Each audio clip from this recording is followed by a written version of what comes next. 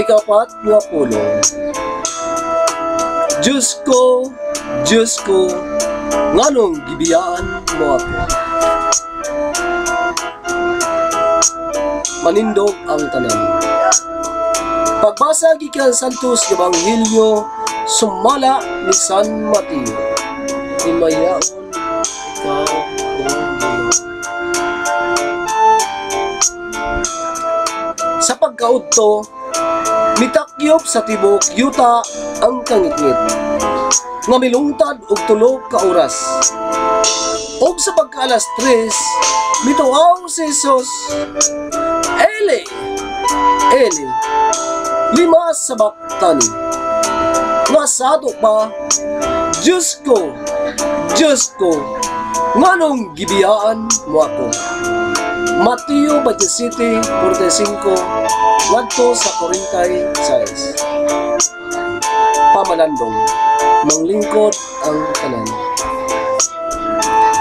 Eli, Eli, lima sabaktani.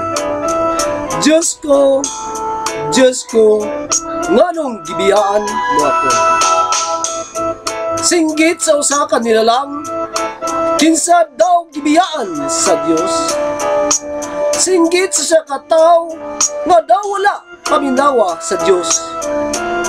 Og singgit sa usa ka binuhat nga daw ang iyang mga pag-ampo wala mahatagig pagtagad sa Dios.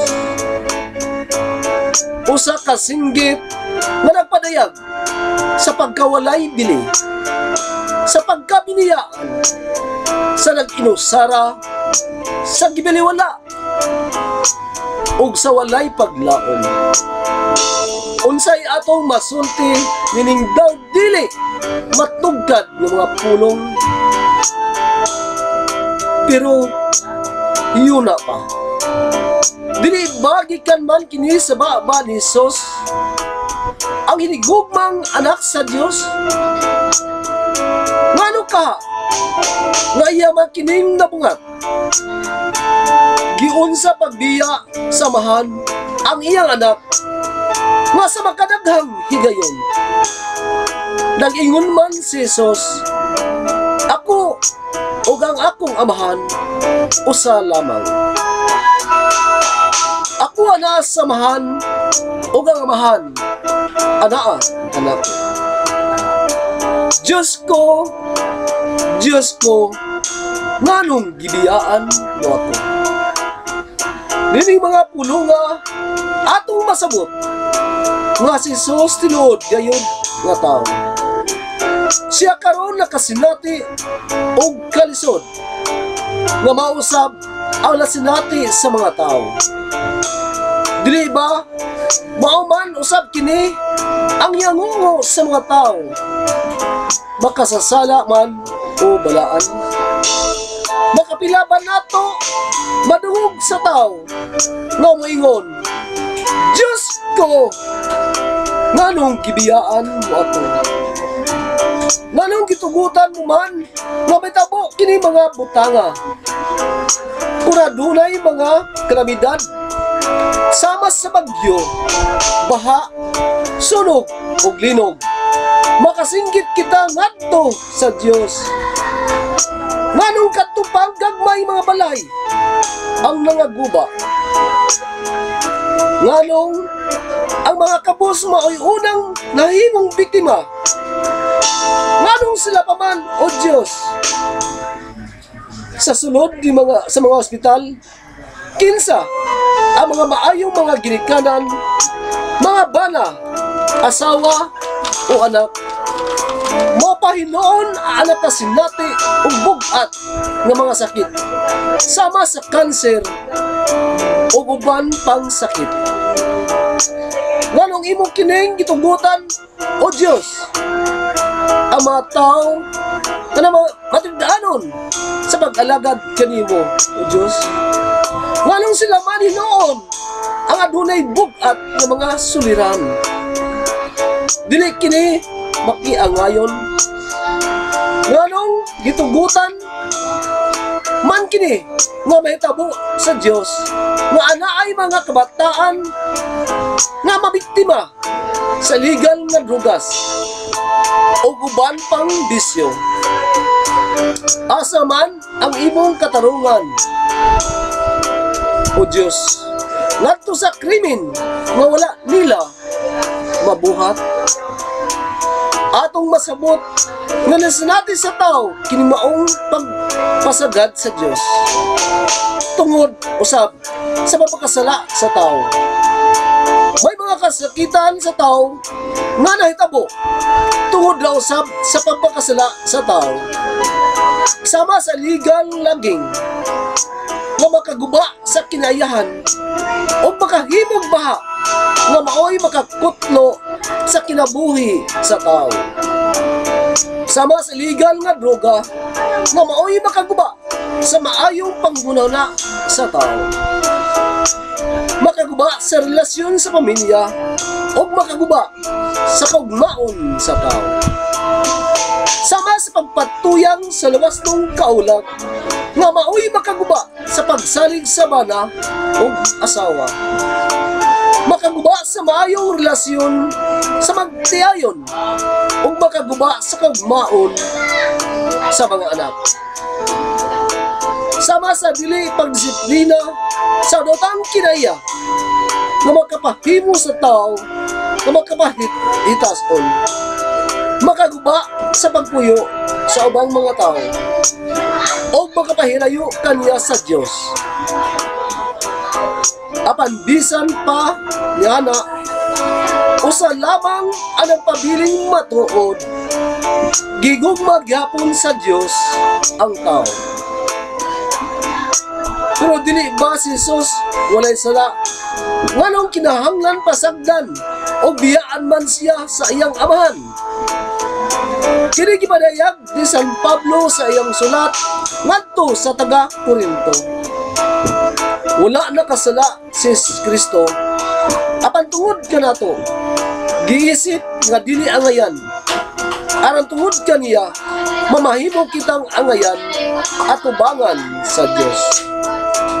Sa laktod nga pagkasulti daw gibiyaan sa mahal si Jesus tungod kay giangko ni Jesus ang sala sa tao. Nakigiusa si Jesus sa tao pinaagi sa pagpas-aniya sa sala sa tao ug sa uban nga niini ang kasakitan nga bunga sa pagpakasala sa tao. Mitugot ang amahan nga makasinati og kalsod ang iyang anak nga si Kristo tungod sa tao alang sa kaluwasan sa tanan. Usa kini kabalaan na pagtigugma, di ba? Diadto sa mahal nga magsakit ang iyang anak aron isinggit kini mga pulunga. Diyos ko, nganong gibiyaan mo ako? O karon pinaagi ni Jesus, madungog ang iyang ulo sa tao. Ang pangutana mga igsoon, nakahinuklog ba kita nga bitugot ang amahan nga sakiton ang iyang pinanggang anak aron kita maluwas? Nakigiusa si Jesus sa matag singgit sa tao sa pagpangayog pakitabang sa Dios. Ang singgit ni Jesus sa pangingon, Diyos ko, nganong gibiyaan mo ako? Usa ka singgit na puno sa pagtuo sa mahal, singgit na puno sa paglaom, o singgit na puno sa pagsalig sa Dios. Usa ka singgit isip, usa ka buhing saksi sa iyang gibati nga kasakit sa krus tungod ug alang sa atong kalawasan.